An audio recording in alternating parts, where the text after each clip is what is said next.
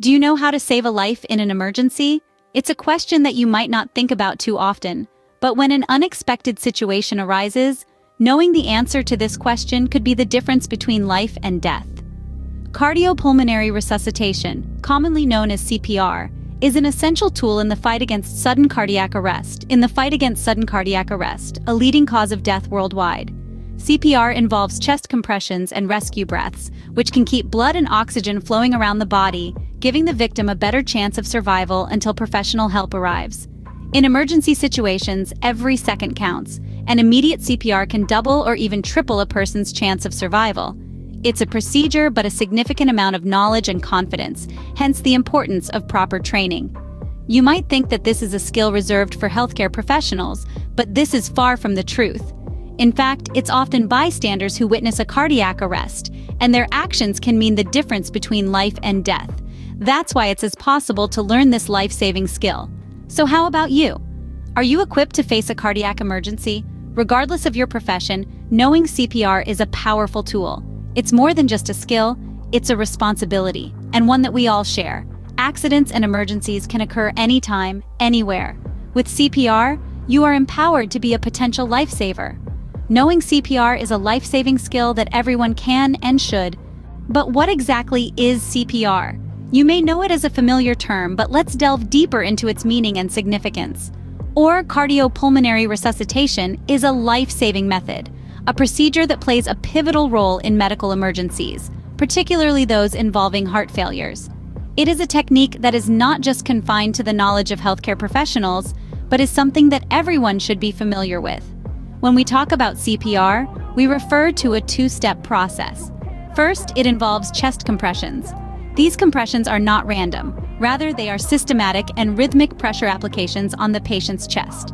This is done to pump the heart artificially, to maintain the flow of blood when the heart itself fails to do so. The second step is resuscitation. In this, the rescuer breathes into the patient, literally providing them with a breath of life. This step ensures that the oxygen supply is not completely cut off, even when the patient's lungs fail to operate. The essence of CPR lies in these two components. Chest compressions and resuscitation. Together, they ensure that oxygen and blood circulation is restored when a person's heartbeat stops.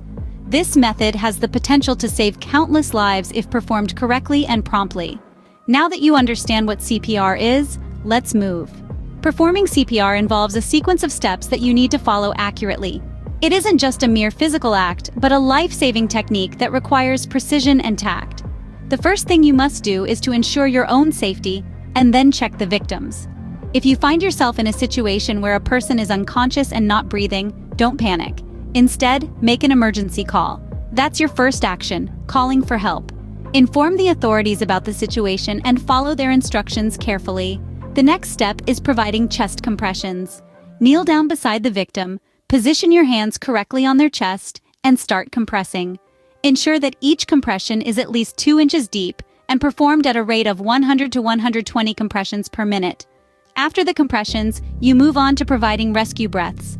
Tilt the victim's head back slightly to open their airway, pinch their nose shut, and take a deep breath. Then, put your mouth on theirs and blow so their chest rises. Give 2 rescue breaths and then return to chest compressions. This cycle of chest rescue breaths has to be continued until medical help arrives. This is an overview and detailed training is recommended.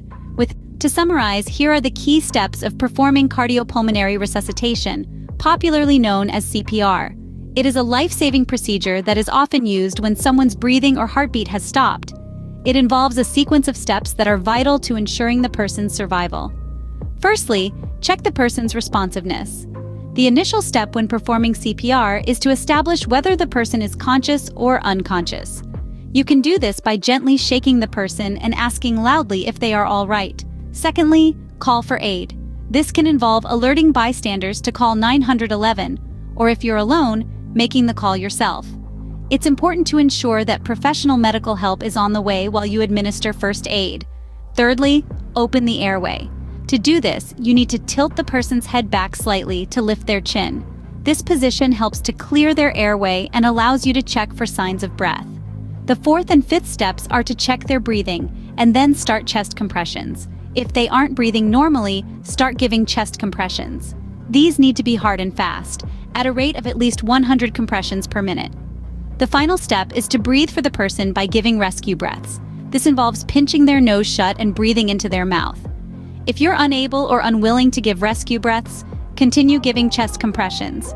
Remember, your actions can make a difference in a life-threatening emergency. Every second counts, and prompt, effective CPR can significantly increase the chance of survival.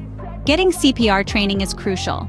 It's more than just a skill, it's a potentially life-saving ability that you can acquire and carry with you wherever you go. The importance of learning this skill cannot be overstated. It's not just for medical professionals either. Anyone can learn CPR, and the fact that you could potentially save a life is a powerful motivator. It's not something that should be overlooked or taken lightly. Local hospitals, community centers, and even online platforms offer CPR courses. Each one provides comprehensive training, often in a hands-on environment. Some courses even offer certification upon completion. Don't be fooled into thinking online courses are less effective. They offer interactive learning and often have quizzes and tests to ensure you've understood the material. The beauty of these courses is that they provide opportunities to practice what you've learned. Practice is essential because it builds confidence in your ability to perform CPR effectively. Remember, in a critical situation, it's not just about knowing what to do, it's also about being able to do it under pressure. So why not learn CPR today? It's an invaluable tool to have in your arsenal. The time and effort put into learning this skill could very well be the difference between life and death. In the grand scheme of things, that's a small price to pay. So take the plunge and educate yourself. Make a difference, save a life. Remember, CPR training is not exclusive. It's for everyone. This is a fundamental belief that we have, one that we strongly encourage you to embrace as well. No matter who you are, where you come from, or what you do, the opportunity to save a life should be a universal skill. It's a critical tool in the arsenal of knowledge that every individual should have at their disposal. You see, the heart is a vital organ, one that does not afford us the luxury of time, immediate care, immediate action. It's a matter of seconds that can determine life or death, survival or tragedy.